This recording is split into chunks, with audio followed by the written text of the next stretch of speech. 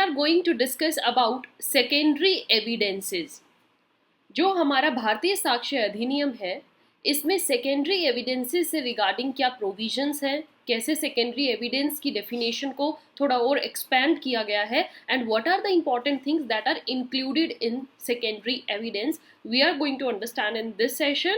And dear students, please carry with you your bare acts. जो आपके important चीज़ें हैं उनको मार्क कर लीजिएगा, या फिर आप अपने सेपरेट नोट्स लिख लीजिए कि हमें सेकेंडरी एविडेंस में क्या क्या ऐड ऑन करना है if we compare it with our Indian evidence act. Indian evidence act में जो सेकेंडरी एविडेंस की डेफिनेशन है डियर स्टूडेंट्स, उसी डेफिनेशन को कैरी किया गया है, बट सर्टेन थिंग्स को इसमें ऐड ऑन किया गया है. इसलिए आपको इंडियन एविडेंस को भी देखना है, तो उसकी प्लेलिस्ट आपको ऑन द टॉप दिख रही है. पहले आप इसमें सारे अपने सेशंस कवर कीजिए. नाउ दिस भारतीय साक्ष्य अधिनियम को जो हम कवर कर रहे हैं, ये just I am telling you about the changes और modifications that have been done in the old act.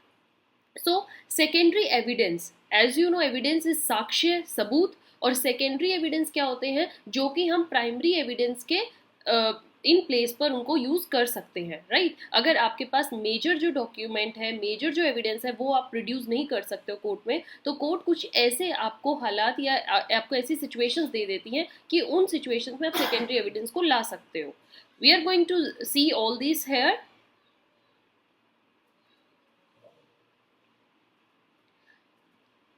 So here it is our official mail address, that is learnwithnishman@gmail.com, and this is our number.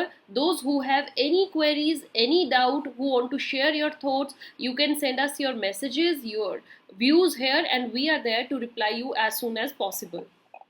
Now the Bharatiya Sakshya Adhiniyam BSA क्या कहता है? It has make a big change in secondary evidence को. Secondary evidence का दायरा और बढ़ा दिया गया है. If we compare it with Indian Evidence Act, dear students, तो secondary evidence को जानना बहुत ज़रूरी है. Under BSA, more documents and testimonies can show and original documents content. जो ओरिजिनल डॉक्यूमेंट का कंटेंट है, अब आप उनकी जगह डॉक्यूमेंट्स या टेस्टिमनीज अदर सेकेंडरी बेसिस पर शो कर सकते हो. Let's see what those changes are.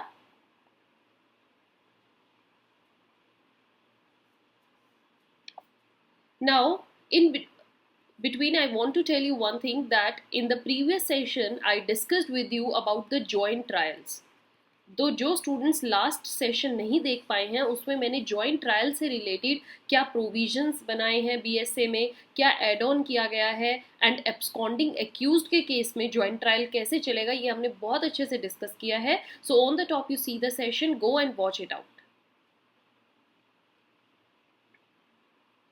This Bharatiya Sakshya Adhiniyam now includes more types of proof, more types of evidences को जगह दी गई है भारतीय साक्ष्य अधिनियम में, जैसे कि oral and written admissions, testimony of a person who has examined the document and is skilled in document examination.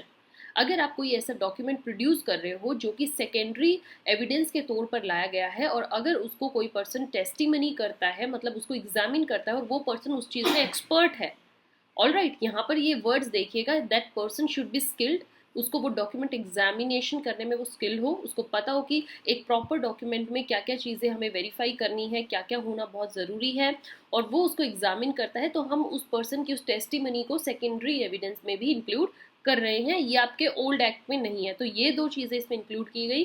So this wider definition shows how documentary proof has changed.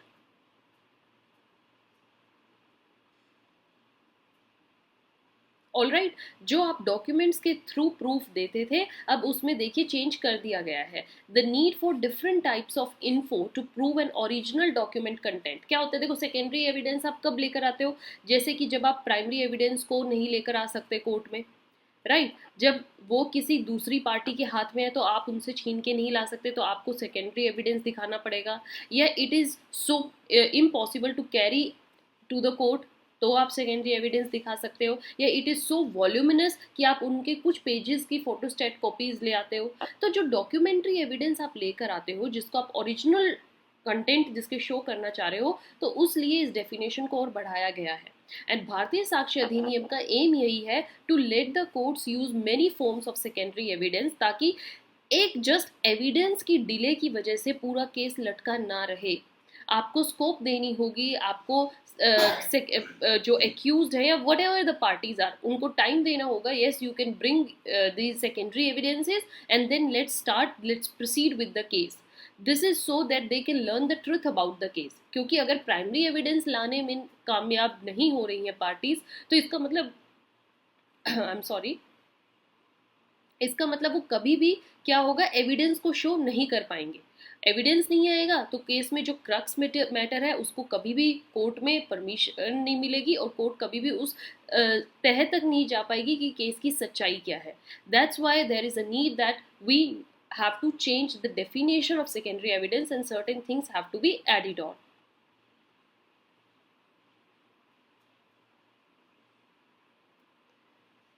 So this Bharatiya Sakshya Adhiniyam is now wider on secondary evidence. It's to make more evidence acceptable, ताकि और ज़्यादा सबूत आ सके, ज़्यादा से ज़्यादा हमारे पास जितना एविडेंस होगा उतना ही एक सॉलिडेरिटी मिलती है केस को और उसकी जो जस्टिस है उसको मिलने में उतना आसानी होती है. So this improves the courts process as courts can now review more type of documentary proof to make their decision to come to the conclusion. And yes, जब वो डिसीजन देती हैं तो उसको बहुत ज़्यादा ट्रस्ट की फॉर्म में एक्सेप्ट किया जाएगा अगर आपके पास उस पर्टिकुलर थिंग को प्रूव करने का एविडेंस है.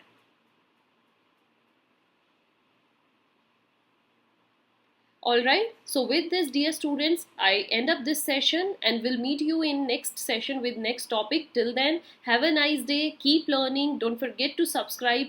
To get more updates, press the bell icon and follow us on Telegram, Instagram. These are our official ways through which you can get in touch with us.